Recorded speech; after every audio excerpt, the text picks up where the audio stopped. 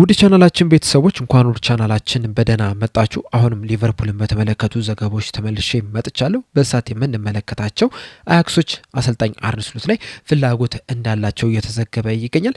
በተጨማሪም ሁለት የሊቨርፑል ተጫዋቾች ብዙ ደቂቃዎችን በመጫወት በአውሮፓ ውስጥ ቀዳሚ ስፍራ ላይ ተቀምጧል። እነዚህም በቆይታችን የምንመለከት ይሆናል። እስከ መጨረሻው ደቂቃ ድረስ አብራችሁ ቆይታችሁ እንድትከታተሉት ያላችሁንም ሀሳብ አስተያየት እንዳለ ኮሜንት ሴክሽን ላይ በመጻፍ እንድታሳውቁኝ፣ ሰብስክራይብ፣ ላይክ፣ ሼር እያደረጋችሁም የቻናሉ ቤተሰብ እንድትሆኑም በአክብሮት እጠይቃለሁ። አሁን በቀጥታ ወደ ያስኩላችሁ ዘገባዎች ማመሪያ ይሆናል። አብራችሁን ቆዩ።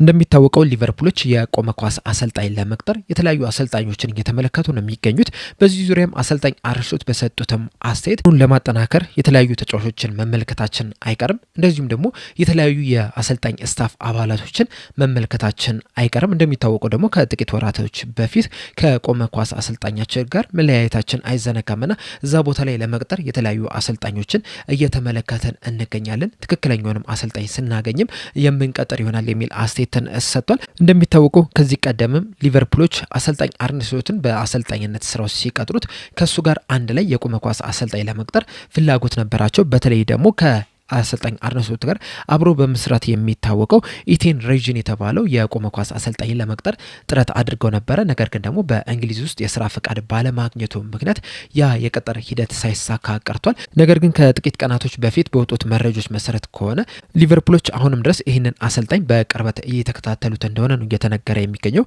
በተጨማሪም ኢቴን የአሰልጣኝነት ላይሰንሱን ለማጠናቀቅ በጣም ጥቂት እንደቀረው እየተዘገበ የሚገኘው።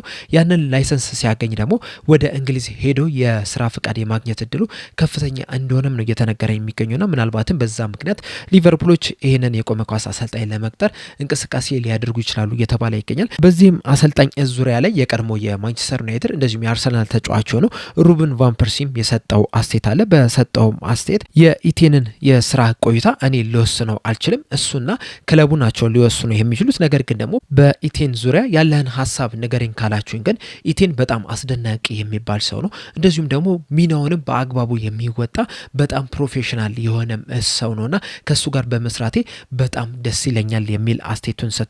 በመቀጠልም ዶሚኒክ ኪንግ ዘ ቴሌግራፍ ላይ የጻፈውን ዘገባ ነው የምንመለከተው።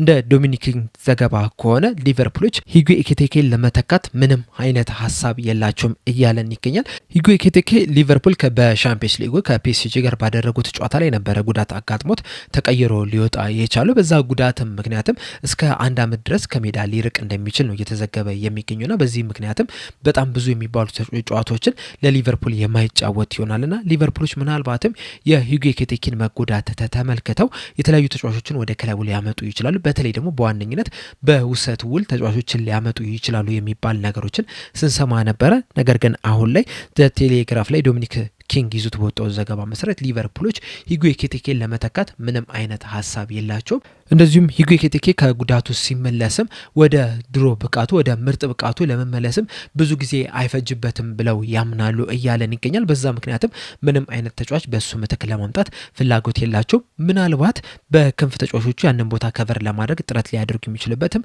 እድል አላቸው እያለን ይገኛል። በመቀጠል የምንመለከተው ሁለት የሊቨርፑል ተጫዋቾች በአውሮፓ ውስጥ በጣም ከፍተኛ ደቂቃዎችን በመጫወት ቀዳሚ ስፍራ ላይ ተቀምጧል የሚለውን ዘገባ ይሆናል። እንደ ኦፕታ ዘገባ መሰረት ከሆነ ሁለት የሊቨርፑል ተጫዋቾች በዚህ ሰዓት ላይ በአውሮፓ ውስጥ ከሚገኙ ተጫዋቾች መካከል በጣም ብዙ ደቂቃዎችን በመጫወት አንደኛና ሁለተኛ ደረጃ ላይ መቀመጥ ችሏል። እነዚህም ሁለት ተጫዋቾች ደግሞ ቨርጂል ቫን ዳይክ እና ዶሚኒክ ሶቦስላይ ናቸው። በእርግጥ ያን ያህል የሚያስገርም ነገር አይመስለኝም። ምክንያቱም ቨርጂል ቫን ዳይክም ዶሚኒክ ሶቦስላይም በጣም ብዙ ጨዋታዎችን በቋሚነት ሲጀምሩ መመልከት ይችላል። ይህም የኦፕታ መረጃ አያይዞ እንደተናገረው ከሆነ ኦገስት ወር ላይ ከኮሚኒቲ ሺልድ ጨዋታ ጀምሮ እስካሁን ድረስ ቨርጂል ቫን ዳይክ 54 ጨዋታዎችን መጫወት ይችላል። በእነዚህ 54 ጨዋታዎች ደግሞ 4671 ደቂቃዎችን መጫወት ይችላል። በዚህም በአውሮፓ ውስጥ ከሚገኙ ተጫዋቾች መካከል በጣም ብዙ ደቂቃዎችን የተጫወተ ቀዳሚ ስፍራ ላይ የተቀመጠ ተጫዋች ሆኗል። ሁለተኛ ደረጃ ላይ የተቀመጠው ደግሞ ዶሚኒክ ሶቦስላይ ነው። በአጠቃላይ ሶቦስላይ በዚህ ሲዝን 52 ጨዋታዎችን ማድረግ ችሏል። በእነዚህ 52 ጨዋታዎች ደግሞ 4466 ደቂቃዎችን ማድረግ ችሏል። እናም ቨርጂል ቫን ዳይክ እና ዶሚኒክ ሶቦስላይ በአውሮፓ ውስጥ በጣም ብዙ ደቂቃዎችን በመጫወት አንደኛና ሁለተኛ ደረጃ ላይ መቀመጥ የቻሉ ተጫዋቾች ናቸው።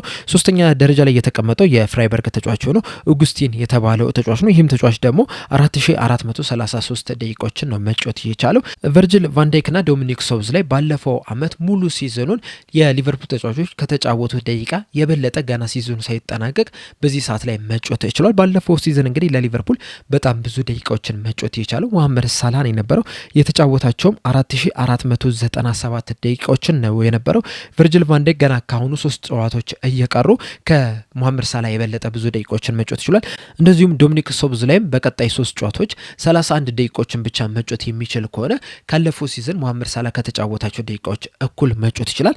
ከዛ በላይ ደቂቃዎችን የሚጫወት ከሆነ ደግሞ ያለፈውንም አመት የበለጠ ብዙ ደቂቃዎችን በዚህ አመት መጮት ይችላል። በቀጣይ 3 ጨዋታዎች ደግሞ ቨርጅል ቫን ዳይክም እንደዚሁም ደግሞ ዶሚኒክ ሶቦስላይም ሙሉ 90 ደቂቃ ይጫወታሉ ተብሎ ነው የሚጠበቀውና በዚህ ሲዝን እንግዲህ አሰልጣኝ አርነ ስሎት እነዚህን 2 ተጫዋቾች በጣም በተደጋጋሚ ሲያጫውቷቸው መመልከት ይችላል። ከቨርጅል ቫን ዳይክና ከዶሚኒክ ሶቦስላይ በመቀጠል ለሊቨርፑል በጣም ብዙ ደቂቃዎችን መጮት ይቻለው ኢብራሂማ ኮናቴ ነው። እሱም በዚህ ሲዝን ባደረጋቸው እያንዳንዱ ጨዋታዎች ላይ 4024 ደቂቃዎችን መጮት ይችላል ለሊቨርፑል። ነገር ግን ደግሞ ከዶሚኒክ ሶቦስላይ በ400 ከዛ በላይ በሆነ ደቂቃዎች ያነሰ ደቂቃን የተጫወተውና ቨርጅል ቫን ዳይክና ዶሚኒክ ሶቦስላይ ምን ያህል ብዙ ደቂቃዎችን እንደተጫወቱ ነው የሚያሳየው። ከኮናቴ በመቀጠል ራያን ግራቨንበርግ 3892፣ አሌክሲስ ማካሊስተር 3615፣ ፍሎሪን ቪርትዝ 3463፣ ኮዲ ጋክፖ 3355፣ መሐመድ ሳላህ 3060፣ ኬርኬዝ 3030 እንደዚሁም ደግሞ አሊሰን ቤከር 3026 ደቂቃዎችን መጮት ይችላል። እነዚህ ተጫዋቾች እንግዲህ ለሊቨርፑል በዚህ ሲዝን በጣም ብዙ ደቂቃዎችን በመጮት ከአንደኛ እስከ 10ኛ ደረጃ ላይ የተቀመጡ ተጫዋቾች ናቸው። በመቀጠል የምንመለከተው ሚኪ የተባለው ኔዘርላንዳዊ ጋዜጠኛ ዲ ቴሌግራፍ ላይ ይዞት የወጣውን ዘገባ ይሆናል። በዚህ ዘገባ መሰረት አያክሶች አሰልጣኝ አርነ ስሎትን ለመቅጠር ፍላጎት እንዳላቸው እየተናገረ ይገኛል። አያይዞም ባወጣው መረጃ አሁን ላይ በተደጋጋሚ እየሰማሁት ያለሁትኝ አያክሶች በአሰልጣኝ አርነ ስሎት ዙሪያ ማጣሪያዎችን አድርጓል። አሰልጣኙ ላይም ፍላጎት አላቸው፣ ለመቅጠርም ሀሳብ እንዳላቸው ነው እያለን ይገኛል። ነገር ግን ደግሞ በዚህ ሰዓት ላይ ሊቨርፑሎችም ከአሰልጣኝ አርነ ስሎት ጋር ለመቆየት ፍላጎት አላቸው።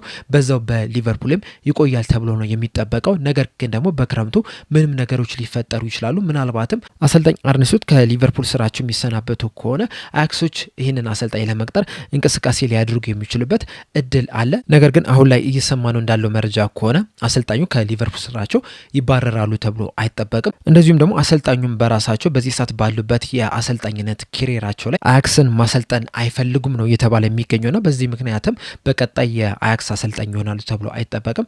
ነገር ግን ደግሞ አሁንም ነገሮች ሊቀያየሩ ስለሚችሉ ምናልባትም አሰልጣኝ ሆኖም ልንመለከት የምንችልበት እድል አለ። ነገር ግን አሰልጣኙ በዛው በሊቨርፑል ይቆያሉ ተብሎ ይጠበቃል። እንደዚሁም ደግሞ የአያክስ አሰልጣኝም ይሆናል ተብሎ የሚጠበቀው የጂሮና አሰልጣኝ የሆነው ማይክል ነው። እንደሚታወቀው ማይክል እንግዲህ በተለይ ሊቨርፑሎች የርገን ክሎፕን ለመተካት የተለያዩ አሰልጣኞችን በሚመለከቱበት ሰዓት ከተመለከቷቸው አሰልጣኞች መካከል አንደኛው ማይክል ነው የነበረው። ማይክልም ደግሞ በጂሮና ቆይታው በጣም አስደናቂ የሚባልን ጊዜ ነው እያሳለፈ የሚገኘው። ጂሮናዎችም የሻምፒዮንስ ሊግ ተሳታፊ እንዲሆኑ ማድረግ የምችለው ነበረ። እንደዚሁም ደግሞ የላሊጋ ዋንጫንም ለማሸነፍ በጣም ተቃርቦም ነበረ። ለረዥም ጊዜም ላሊጋውን መምራትም እችሎ ነበርና በዛ ሰዓትም እንግዲህ ሊቨርፑሎች የየርገን ክሎፕ ተተኪ ለማድረግ በቅርበት ሲከታተሉት ነበረ። አሁንም እንግዲህ አያክሶችም ይህንን አሰልጣኝ ለመቅጠር ፍላጎት እንዳላቸው ነው እየተነገረ የሚገኘው። ቅድም እንዳልኳችሁ ግን በክረምቱ ምንም ነገር ሊፈጠር ይችላል። በተለይ ደግሞ አሰልጣኝ አርነ ስሎት በዚህ ሰዓት ያላቸው የሊቨርፑል ቆይታ እስካሁን ድረስ አልተረጋገጠም። ከጥቂት ሰዓታቶች በፊትም ኢንዲካይሊ ይዞት በወጣው ዘገባ መሰረትም የአሰልጣኝ አርነ ስሎት የሊቨርፑል ቆይታ እስካሁን ድረስ አልተረጋገጠም ነው እያለ የሚገኙና በክረምቱ ምንም ነገር ሊፈጠር ይችላል።